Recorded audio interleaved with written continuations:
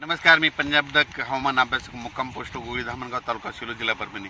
13 तारखेपासून म्हणजे 13 सप्टेंबरपासून ते 19 सप्टेंबरपर्यंत राज्यात उघाड राहणार आहे.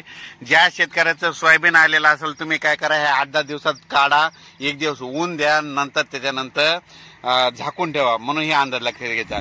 पण त्याच्यानंतर राज्यामध्ये परत पुन्हा 20 तारखेला परत पाऊस सुरू होणार आहे, म्हणून हे देखील सर्व शेतकऱ्यांना लक्षात घ्यायचं. पण राज्यामध्ये 12 तारखेपासून तर 20 सप्टेंबरपर्यंत हवामान कोरडं राहणार आहे. विशेष म्हणजे पश्चिम महाराष्ट्रात कोरडं राहणार आहे.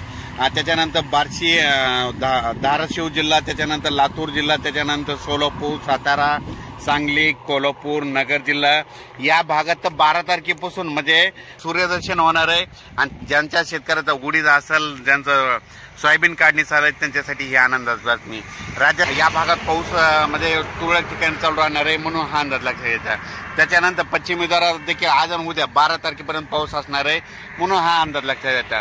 पण विदर्भामध्ये मात्र 14 तारखेपासून चांगलं सूर्यदर्शन होणार आहे. त्यांच्यासाठी ज्या शेतकऱ्याचं सोयाबीन आलेलं आहे त्यांना त्या 8 दिवसात आलेलं असलं तर तुम्ही काढा, झाकून ठेवा. नसता परत शेतकऱ्याला सांगू इच्छितो, तुमच्यासाठी परत म्हणजे सोयाबीन काढणीसाठी शेतकऱ्याला यावेळेस वरून राज्य चान्स देणार आहे, म्हणजे विश्रांती घेणार आहे, सोयाबीनच्या वेळेस विश्रांती घेणार आहे, म्हणून हा अंदाज लक्षात घ्यायचा. सर्व शेतकऱ्याला सांगू इच्छितो, सोयाबीन काढणीच्या वेळेस वरून राज्य विश्रांती घेणार आहे, म्हणून हे देखील लक्षात घ्यायचं.